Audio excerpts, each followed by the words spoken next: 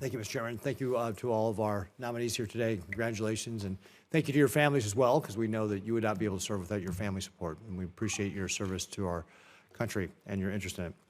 The Defense POW MIA Accounting Agency has one of the more solemn duties that our nation provides, and that's bringing home Americans who have not returned home.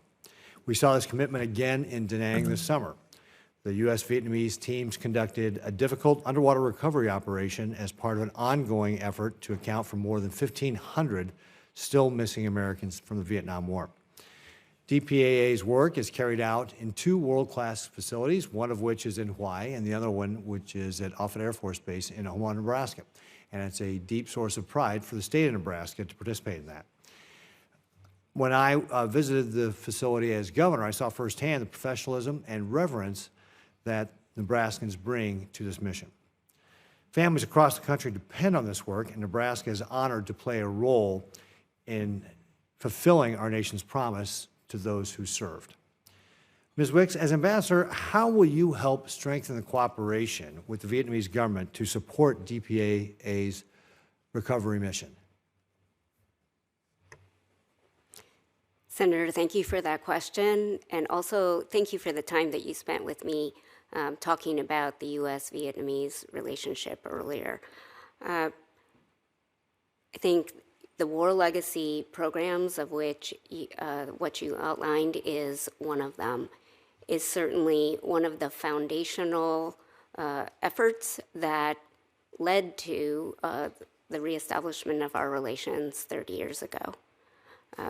Certainly, if I am confirmed, I will continue to promote and advocate and reaffirm the commitment that other senior government leaders have made to our American people, those impacted by the Vietnam War, as well as certainly our counterparts in Vietnam. Great, thank you, Ms. Wicks.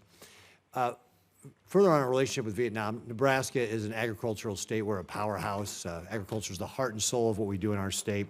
Our farmers and ranchers drive our state's economy, exporting nearly $7 billion in domestic agricultural products in 2024.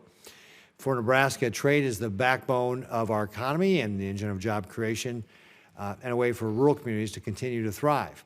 The opportunity for my state in Southeast Asia, especially Vietnam, is enormous.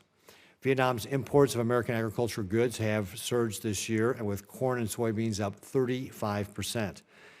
And Nebraska beef is gaining a growing foothold among Vietnamese consumers.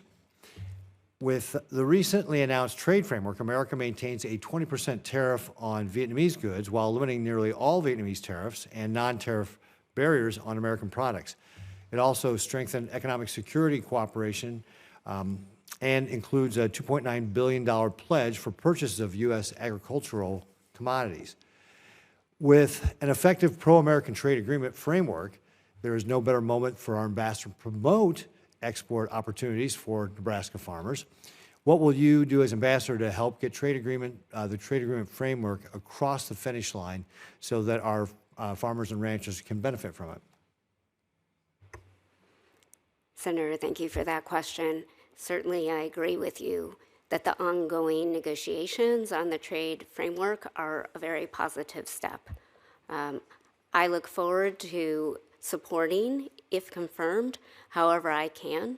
Certainly, the specific negotiations are being conducted by the U.S. Trade Representative, and if confirmed, I will do everything I can to support and enable those negotiations to continue and an agreement to be finalized.